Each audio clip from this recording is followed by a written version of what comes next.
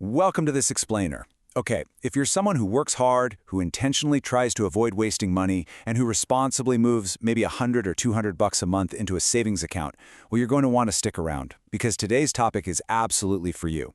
You've got incredible disciplined habits, but as we're about to see, just saving money isn't going to make you rich. So, let's dive into what happens when those great habits crash right into mathematical reality. Picture this scenario. You do everything right. You meticulously put money away. You feel responsible, you feel financially smart, but then one day you open up your banking app. You look at that $10,000 savings balance you worked so incredibly hard to build over an entire year, and you realize something super disheartening. The money practically hasn't grown at all. It's just stagnant. And meanwhile, you're constantly hearing these stories about everyone else building wealth and growing their portfolios. It's a frustrating, honestly kind of alienating feeling. And naturally, it leads to one big question.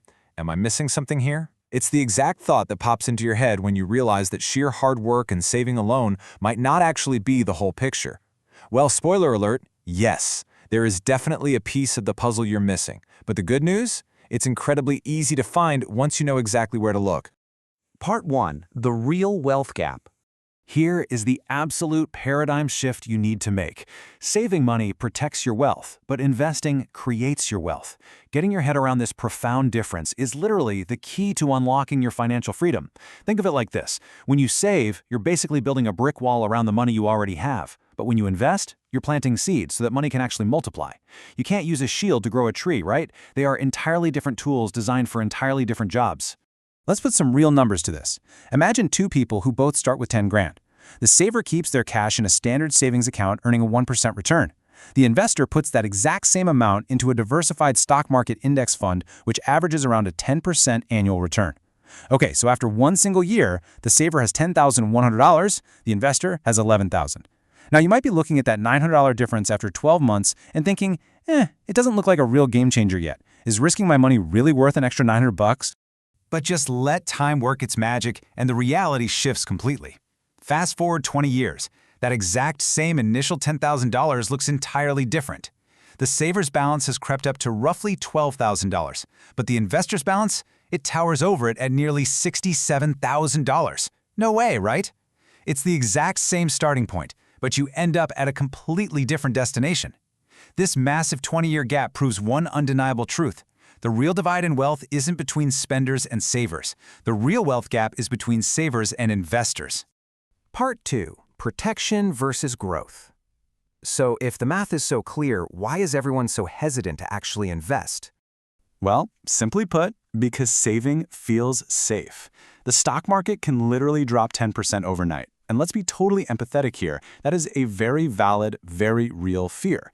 The absolute safety of a savings account is incredibly comforting. Your bank account is never going to send you a notification saying it suddenly lost 10% of its value while you were asleep. But the stock market? It absolutely can. And that intimidating reality is more than enough to scare a lot of really responsible people completely away from investing. But we've really got to flip the script on that fear. Short-term volatility is just the price of long-term growth. Highly successful investors, they don't see market drops as these massive dangers to run away from. They view them simply as the entry fee required to access true wealth. It's kind of like buying a ticket for a roller coaster. You know for a fact there are going to be scary dips, but you also know the track is structurally sound and you're going to arrive safely at the end of the ride. The volatility isn't a bug, it's the actual feature that makes the growth possible. Part 3. 5 steps to invest. So how do we make this transition from a stagnant saver to a confident investor? Here's the complete, actionable game plan. 1. Emergency fund. 2. 2 buckets. 3. Start small. 4. Keep it simple. And 5. Trust the process. It's super accessible, it's straightforward, and best of all, it totally removes that paralyzing fear of taking your very first step. Let's break these down. Step 1 is your emergency fund.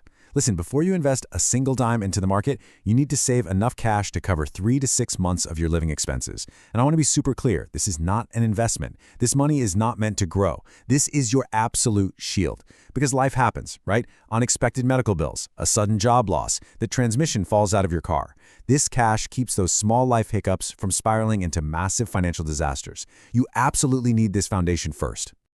Okay, so once that shield is firmly in place, we move to step 2, mentally separating your finances into 2 distinct buckets. Safety money versus growth money. Your safety money protects your present, That's your emergency fund and your checking account. Your growth money builds your future. That's your investments. When you mentally split your money up like this, the anxiety of investing almost instantly vanishes. You aren't risking your grocery money in the stock market. You're only investing the money that's dedicated to your future self. Moving right along into steps 3 and 4. Start small and keep it simple. You absolutely do not need thousands of dollars to become an investor. You don't need to perfectly time the market, and you certainly don't need to be some Wall Street day trading expert. You literally just need 50 or $100 to start. And please, for sure avoid the hot stocks, the crypto hype, and all those get-rich-quick schemes. Simple, steady investments in low-cost, diversified index funds consistently win the day. They let you own tiny slices of hundreds of companies all at once. It's highly effective, and it's the exact strategy legendary investors recommend for beginners. Part 4. The Power of Time.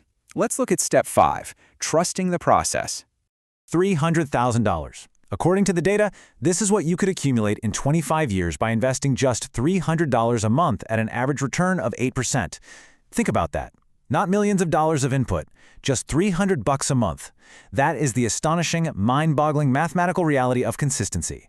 And here is the absolute craziest part of how that huge number comes to life. Less than 1/3 of that $300,000 total represents your actual personal contributions, like the money you physically took from your paycheck and moved over. The massive remainder, the rest of the pie, that is purely investment growth. It is literally money that worked for you while you slept. The vast majority of your future wealth isn't money you actively traded hours of your life to earn. We call this phenomenon compound interest. It is the closest thing finance has to a literal superpower. It's this beautiful snowball effect where your money earns money, and then those new earnings go on to earn even more money. This is exactly how the wealthy separate themselves over decades. It's really not about being some financial genius. It's entirely about just giving your money the time it needs to compound. But as you trust this process over 20 or 30 years, I got to give you a quick reality check. Markets will crash. It's gonna happen. The news headlines are going to become absolutely terrifying, and people all around you will panic and sell. When that happens, you have to remember this. Market downturns are temporary, but discipline is permanent. History proves time and time again that every single downturn eventually gives way to another chapter of growth. The only way you really lose in the long game is if you lose your discipline and pull your money out at the very bottom. Let's bring this whole thing home. Saving gives you security, but investing gives you freedom. The big takeaway today is definitely not that saving is bad. Far from it. You absolutely need both. The goal here is recognizing that you shouldn't rely on security tools to try and buy your freedom. You have to know exactly when to use your safety bucket and when to confidently start pouring into your growth bucket. So, I want to leave you with this final provocative thought. When are you going to make the transition from merely protecting your money to actually growing it? Because the very moment your money starts working for you instead of you working for it, everything changes. You've got the steps, you understand the math. Now it's time to bridge that wealth gap. Keep learning, keep growing, and I'll catch you in the next explainer.